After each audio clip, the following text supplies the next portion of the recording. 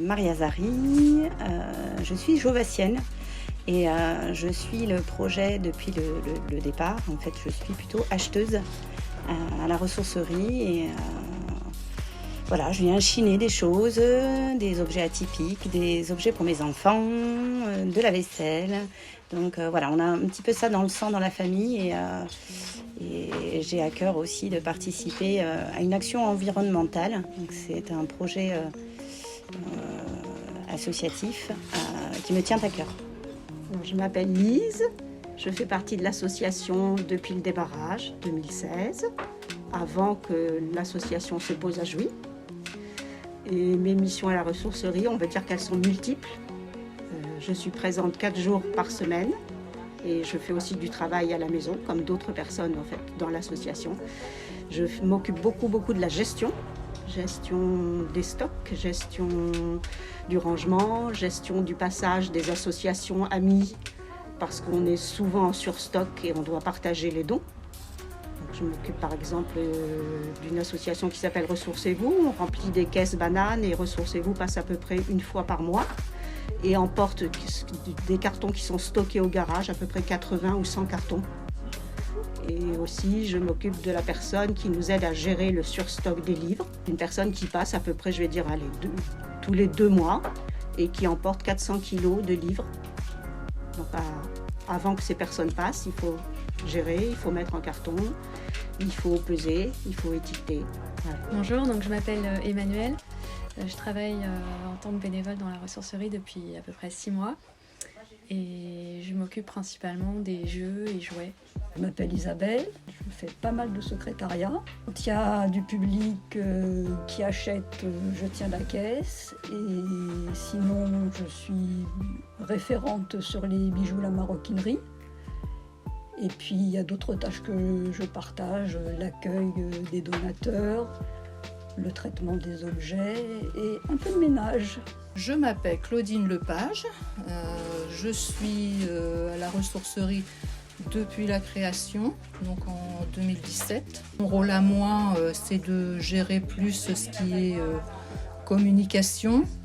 Je m'occupe du site internet, des parutions dans Facebook et je suis là régulièrement pour les journées de vente. Je m'appelle Virginie. Alors donc moi j'ai été bénévole assez active et donc là j'ai actuellement un contrat de 4 mois en tant que valoriste et aussi au niveau triage et tout ce qui s'ensuit.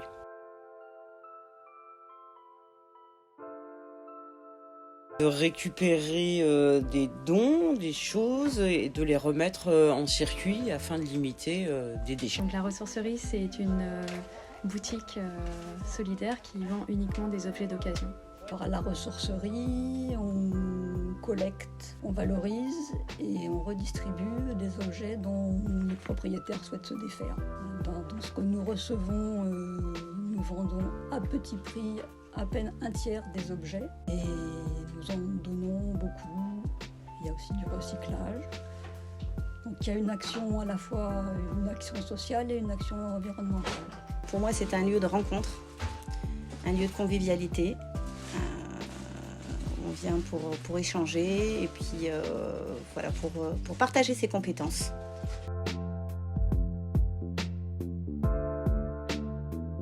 Si je devais résumer la ressourcerie en un mot, je dirais durable. Le premier mot qui me viendrait, c'est partage, parce que pour résumer, c'est vraiment partager les ressources, tout ce qui existe déjà, le faire recirculer et non pas le reproduire. Si je devais définir la ressourcerie en un mot, je dirais c'est malin. C'est bon pour le porte-monnaie, c'est bon pour la planète.